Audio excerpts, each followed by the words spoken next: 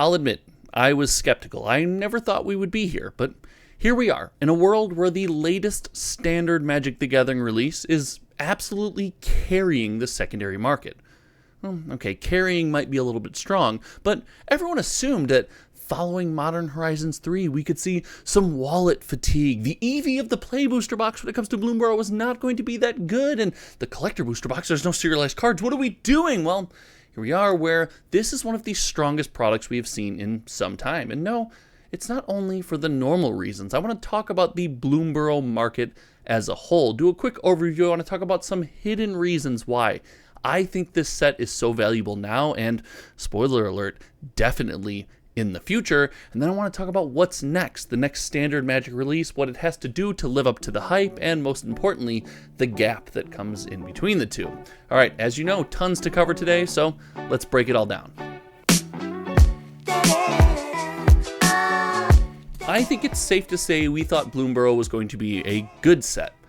I don't know if anyone thought it was going to be this good. If you did, you are a precog, and you should let me know in the comment section below that you knew all along. While you're down there, if you've never subscribed here, make sure you hit that button, because for a small channel like mine, it means the world, and yeah, we're racing to 10K. But the Bloomburrow market was, I would consider to be something that is unpredictable. I did not see this pump that's happening. I did not see the stability coming. And in fact, I even predicted prices of these boxes would be about $20 less per box, actually, than they are on the secondary market. And boy, here was I wrong. And when it comes to the sales data, because that's what we do here, we track every single sold listing of sealed product on popular online marketplace TCG Player. We hold this data in the vault at cardboardfinance.com. It's completely supported by the channel members here, so if you like gigantic graphs and Magic sales data like we see here, make sure you subscribe to the channel. It's like $5 a month, so it helps out a ton. But this is something, this data for Bloomburrow is wild. As we see from the overview, this is one of the best-selling standard releases, if not the best-selling standard release that we have ever tracked. And controversially, it is led by the Play Booster Box, as we see being the #1 sold product for Bloomburrow. The idea that the Play Booster Box, when it was released to all of us, was going to come out and be this wildly successful was not on many of our radar. In fact, most of us were skeptical about the Play Booster Box. Even more, I guess, surprising is the stability with the price. Now look, the Play Booster Box, replacing the Draft Booster Box and the Set Booster Box was always going to sell. Your average Magic the Gathering fan, myself included, gets so much joy out of cracking packs, playing limited, playing sealed, and just adding cards to our card pool that we can use in various decks, whether it be Commander or, yes, even Standard. I think major content creators are also finally mentioning Standard in videos, so was I right all along? Well, we're about to find out. But the stability of price of this box, as its entire life cycle shows an average price of $136.09, and we see a current average price for this month of $141, almost $142, screams to me that this product remains in demand. And in fact, the idea that a product remains in demand is something rare for a standard Magic the Gathering set. The same can be said for the Collector Booster Box, as yes, the price has normalized, it has come down, but it has not come down to some outrageous value. Seeing an average price of $225 per box is not outrageous. That is a great price for a Collector Booster Box, and this is where you get the majority of your Commander hits, so it does seem that Wizards of the Coast have found a brand new way to monetize Commander. A video about that either this weekend or next week, because I think that is a massive deal. And to compare this release to, let's call it a failed release at Karlov Manor, we see not only are these sell-through rates, the numbers of boxes being sold, just wildly different, but the continued sales per month are something that are going to set these two products aside, as I think we are going to see more of a Lost Caverns of Ixalan style continued sell-through rate of this product, where month after month we're selling hundreds and hundreds of boxes. Yeah, that's right, your average standard Magic the Gathering release sells more boxes on a month-to-month basis well after it's been released than probably your favorite indie TCG.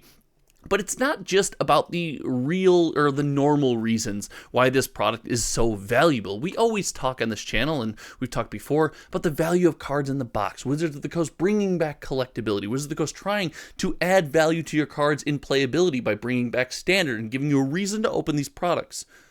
But there's more to Bloomburrow than just this surface level value. First and foremost, it's the feel, it's the nostalgia, it's the pull that the set has as it feels, as it has the vibe check, if you will. And I know, I can't believe I just said vibe check in a YouTube video when I'm this old. Oh God, that's embarrassing. But it does pass the vibe check of what we want a Magic the Gathering set to be.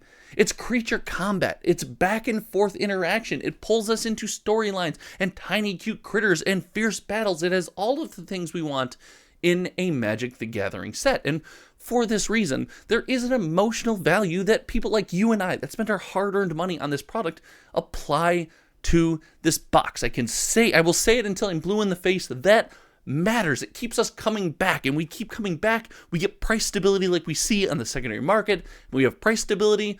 We have happy consumers. Why? Because we've bought product, we've spent money on it. It maintains that value at least for a short amount of time, and that helps bring us in. It helps us give us confidence that we spent our money on something that was worth it when the rest of the community deems, yes, this is the price of the box. But more than that, it is bringing back collectability in a more traditional sense. I've talked about this on the May the Zoo Be With You podcast with my friends Louie and George over at Kitchen Table TCG on his YouTube channel, but we do talk often about, hey, Wizards of the Coast know that they need collectability, and they're leaning into bringing back collectability. But we've all agreed, and we've all said before, it can't just be a stamp. I am a big fan of serialized cards. I think they are working, and I've always loved them. In fact, I'm collecting a complete Brothers War set of serialized artifacts.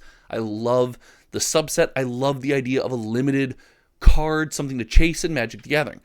But to go along with that, it would be nice to have something that looks unique. It feels unique, and the unique art on some of these cards, the new foil treatments, things of that nature, go above and beyond and help people really want to have these things to show off.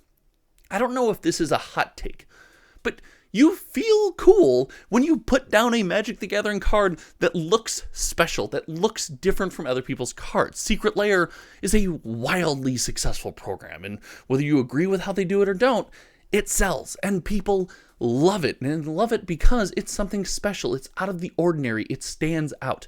And Bloomburrow Chase cards do exactly that in all of the right ways. All in all, Bloomburrow seems to be a home run, even with the lack of EV in the set booster box. But we do have this weird, let's call it month and a half gap. And I know it's weird to say a month and a half gap is weird, but it's realistically, it's like 2 months. And in Magic the Gathering, in that universe, that's a long time. That's a big gap between Bloomburrow and the next release. And some would say this would give the market an opportunity to tank. And in most cases, I actually think you'd be right. We have evidence that we've stored in cardboardfinance.com that when we have this gap, we often see a slight decrease in price as we pull back and we're used to this product after product after product life cycle. And then all of a sudden there's like nothing to get our hands on.